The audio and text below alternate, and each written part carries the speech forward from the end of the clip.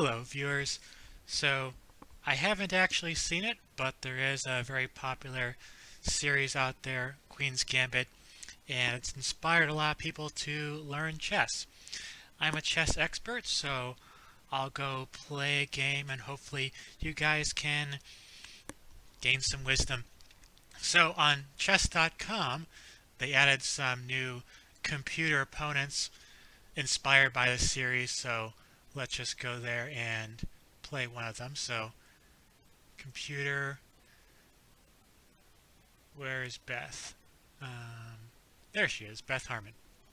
So, we'll start at the lowest level and work our way up. Um,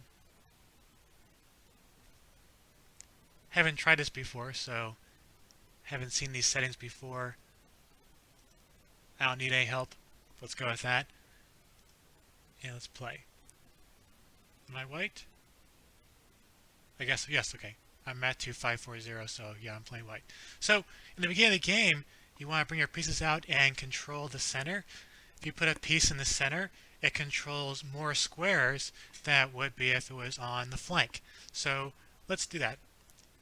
I like to play like king's pawn. So you can see I'm taking control of the center, and I'm getting bishop and queen, some squares.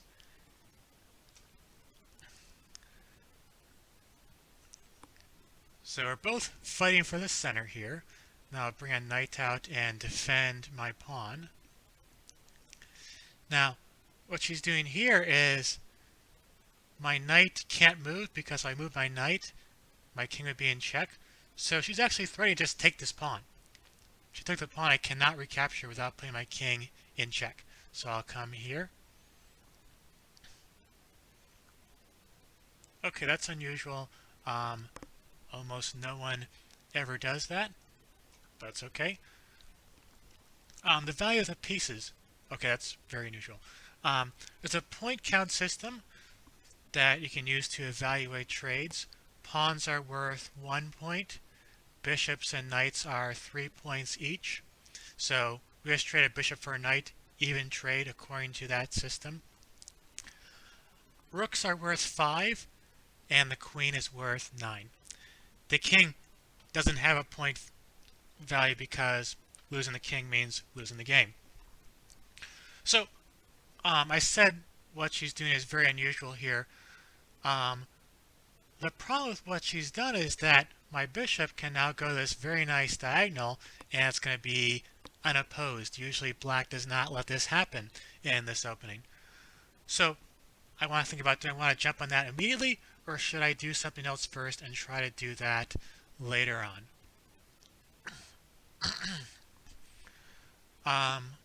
Another problem with what she's done is that this pawn here is a bit vulnerable. There's no bishop back home to protect it. I could bring my queen out and start hitting that pawn.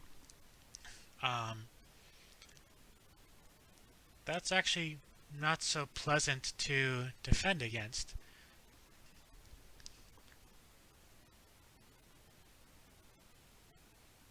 Okay, let's just go attack that pawn and see what she does. Okay, that's another surprise. Beth is full of surprises today. She's just going to ignore the threat I made to that very important pawn, so let's just grab it. I mean, the game's basically over at this point, for all practical purposes. So now I just win a rook and win a knight. If you're keeping score, rook is worth 5, knight's worth 3, and the pawn I call is 1, so I'm 9 points ahead.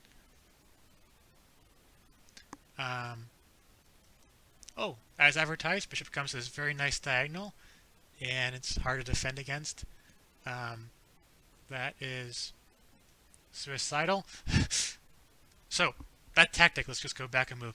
I was attacking her queen and her king at the same time. That's called a fork. You hit 2 pieces at the same time. She can only save one of them, so now I'm winning her queen as well. And this is just easily winning. I am way, way, way ahead. Okay, she's trying to claw her way back in. The knight is getting off the back row. We call it developing the knight when you get off its original square. So developing her pieces. She's attacking this pawn. So I'll just bring out my piece, develop my knight, and defend that pawn. I guess saving that guy, but um, she's so far behind it's not going to make a big difference. I'll just bring out more pieces, develop them, bring them to good squares.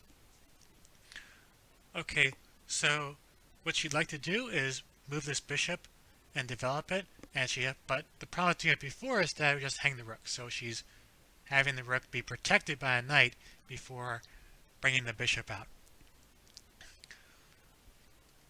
So that's going to attack my queen. So how about I save my queen and also put her in check and take this pawn? So I'm forking the king and the pawn. Okay, that's another unexpected gift. I'll just take a free pawn. And I feel like there should be a checkmate here very, very shortly.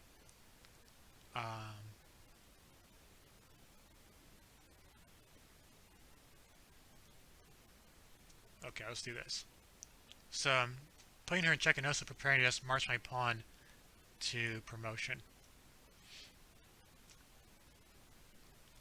So if pawn gets to the other side, it can become a queen. So now I have two queens. Okay, she's attacking one of them, but I can just take this guy with check, no? Can I just do that?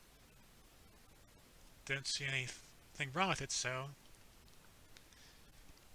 king moves and I'll just take the knight. Oh, I saw this counter here. Maybe it was up there before, I just didn't notice it. That check isn't scary.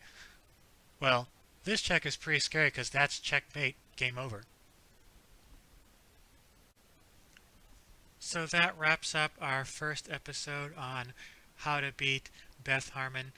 Not a very competitive game because I was up against the weakest bot, but hopefully you guys still learned something. Be sure to subscribe so you don't miss a future episode. We'll be playing against the higher level bots in the future episodes, so those games will be more exciting, hopefully. In the meantime, take care and hopefully you do better in your next chess game.